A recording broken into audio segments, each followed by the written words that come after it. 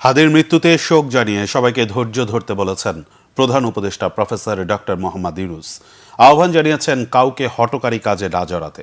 হাদির মৃত্যু সংবাদের পর জাতির উদ্দেশ্যে তাৎক্ষণিক ভাষণে ডক্টর ইউনূস বলেন, ওসমান হাদির মৃত্যুর শোক শক্তিতে পরিণত হবে। আমি আপনাদের সামনে হাজির হয়েছি অত্যন্ত হৃদয় বিদারক একটি সংবাদ নিয়ে। সিঙ্গাপুরে চিকিৎসাধীন জুলাই গণঅভ্যুত্থানের সম্মুখভাগের অকুতোভয় যোদ্ধা ও ইনকলাব মঞ্চের মুখপাত্র শরীফ ওসমান হাদি আর আমাদের মাঝে নেই। ইন্না লিল্লাহি ওয়া ইন্না ইলাইহি রাজিউন। শরীফ ওসমান হাদির এই অকাল মৃত্যুতে আমি গভীর শোক ও দুঃখ প্রকাশ করছি। তার প্রয়াণ দেশের রাজনৈতিক ও গণতান্ত্রিক পরিসরে এক অপূরণীয় ক্ষতি।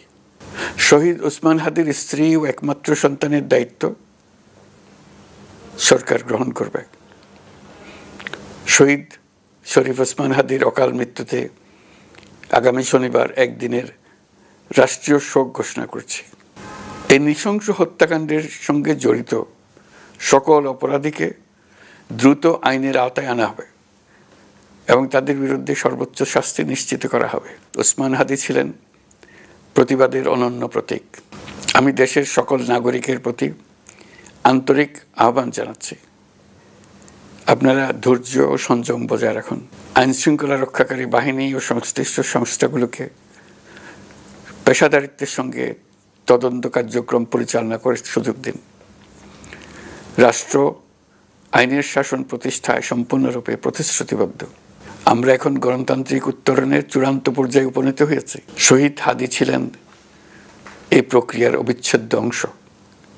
তার স্বপ্ন বাস্তবায়নের দায় আজ সমগ্র জাতির কাঁধে ন্যস্ত। আগামী দিনগুলোতে আমাদের সবাইকে ধৈর্য, সংযম, সাহস ও দূরদর্শিতার সঙ্গে এগিয়ে যেতে হবে, যাতে নির্বাচন ও গণতন্ত্রের শত্রু ফ্যাসিস্ট সন্ত্রাসী অপশক্তিকে চূড়ান্তভাবে পরাজিত করা যায়। এই শোকের মুহূর্তে আসুন আমরা শহীদ শরীফ ওসমান হাদির আদর্শ ও ত্যাগকে শক্তিতে পরিণত করি, ধৈর্য ধারণ করি, অপপ্রচার ও গুজবে কান না দিই এবং যে কোনো হঠকারী সিদ্ধান্ত থেকে বিরত থাকে। যারা দেশকে অস্থিতিশীল করতে চান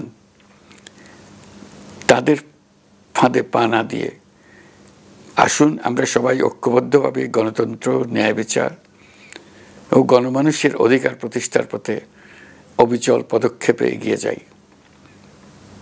এটাই হবে শহীদ হাদির প্রতি আমাদের প্রকৃত শ্রদ্ধা।